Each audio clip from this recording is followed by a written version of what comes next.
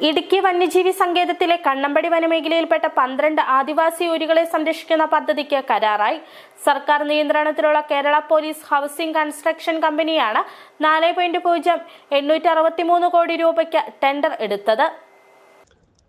17.07 kilometre trench, 6 kilometre സൗരവേലി എന്നിവ നിർമ്മിക്കുന്ന ബൃഹത് പദ്ധതിക്ക് നബാർഡാണ് ധനസഹായം നൽകുന്നത്. സോഫ്റ്റ്വെയറിലെ അപ്ഡേഷൻ താമസിച്ചതാണ് വിശദമായ എസ്റ്റിമേറ്റ് തയ്യാറാക്കുന്നതിന് താമസം നേരിട്ടത്. കരാർ കമ്പനിയുടെ ചുമതലയിൽ ഉപകരാർ നൽകി താമസിയാതെ നിർമ്മാണം ആരംഭിക്കും.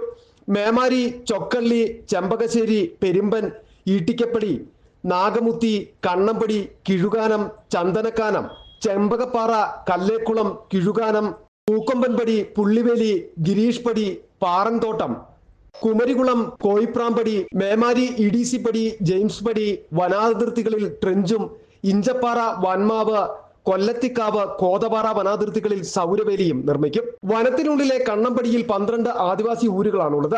1200 കുടുംബങ്ങളുണ്ട്. പരമ്പരാഗതമായി താമസിക്കുന്ന ഇവർക്ക് പുറമെ ഇടുക്കി പദ്ധതിക്ക് വേണ്ടി മുത്തൻപടി താഴെ, ചെറുശ്ശേരിത്തടം, കെട്ടുചിറ പ്രദേശങ്ങളിൽ നിന്നും കുടിയിറക്കി സർക്കാർ കുടിയിരുത്തിയവരും ഇവിടെയാണ് താമസം. കൃഷി ചെയ്തും വനവിഭവങ്ങൾ ശേഖരിച്ചുമാണ് കുടുംബങ്ങൾ ഉപജീവനം നടത്തുന്നത്. എന്നാൽ കാട്ടാനയും കാട്ടുപന്നിയും ഇവിടെ കൃഷി വ്യാപകമായി നശിപ്പിക്കുന്നുണ്ട്. ഇതിന് പരിഹാരമായാണ് വനം വകുപ്പിന്റെ പദ്ധതി.